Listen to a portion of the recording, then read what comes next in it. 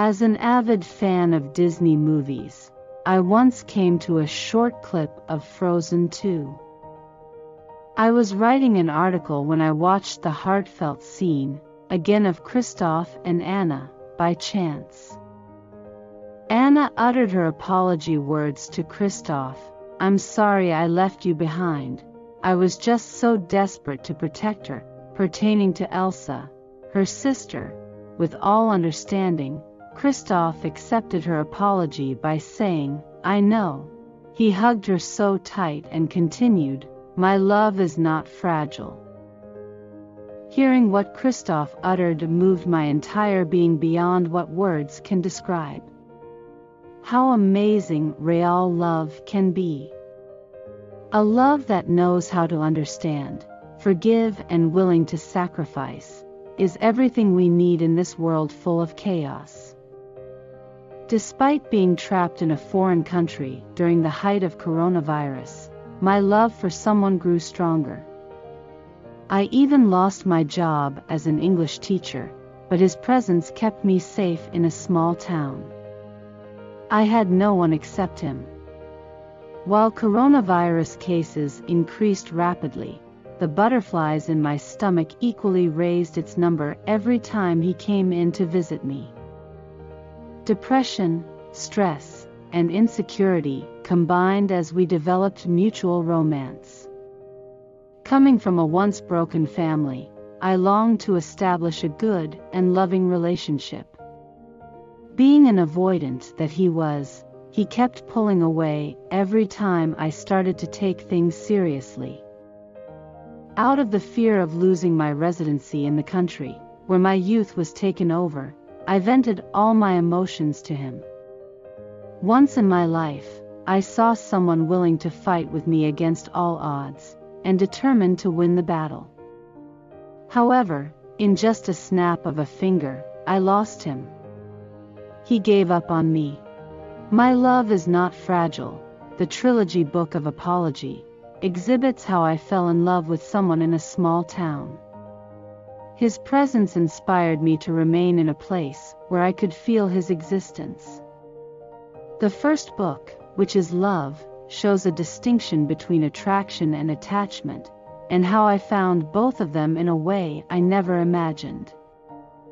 The second book of the trilogy focuses on loss. The book conveys the feelings and emotions I experienced for the very first time. Extreme sadness and silent grieving manifest as the second book keeps unfolding. With all the negativities, I found optimism by not giving up, enjoying the ride of life during pandemic while coping over the loss of someone I truly cared about is not easy. However, as another book follows, new opportunities opened for me. With all the breakdowns and deep cries, I found my passion again. Despite the feeling of having a knife cuts in the deepest of my heart, I managed to survive. Thus, the third book of the trilogy is about pain. It reveals a lot of sensitive moments I experienced while dealing with the pain of losing a loved one. In the end, I started to carry on and move forward with my life without him, as life is not just about ourselves. Even when I was suffering terribly, I needed to allow him to experience his freedom without my presence. Growing up in a conservative culture in the Philippines, I embarked on a challenging journey in Romania when I was 22 years old. I received a scholarship for my MA and decided to stay in the country after finishing my study. Starting an adult life in a totally different culture, I encountered a lot of hurting moments, until I fell in love for the first time. However, I lost him because I was unstable emotionally. The pain took over, and I was left all alone. In a foreign country where I lost my job, and far from the people I call family, I gained strength and motivation to continue moving forward. Being a Christian that I am, I felt like I was a failure.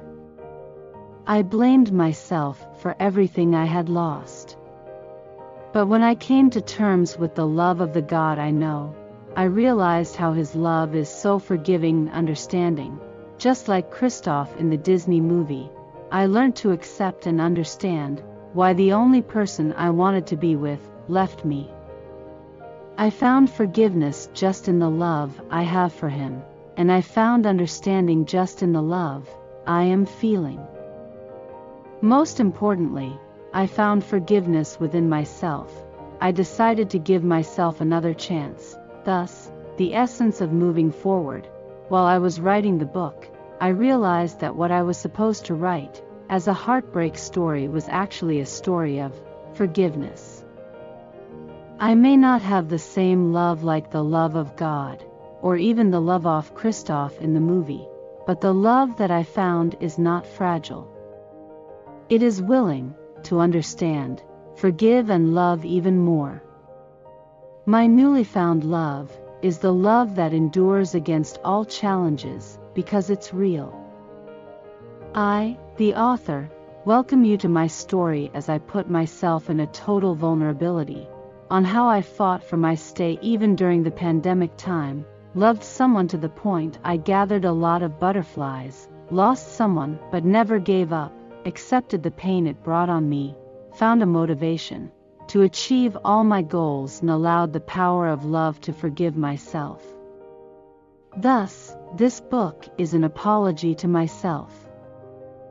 This is an apology to me for all those times I questioned my worth, blamed myself for everything I did wrong, and for beating myself up for all the things I failed to do.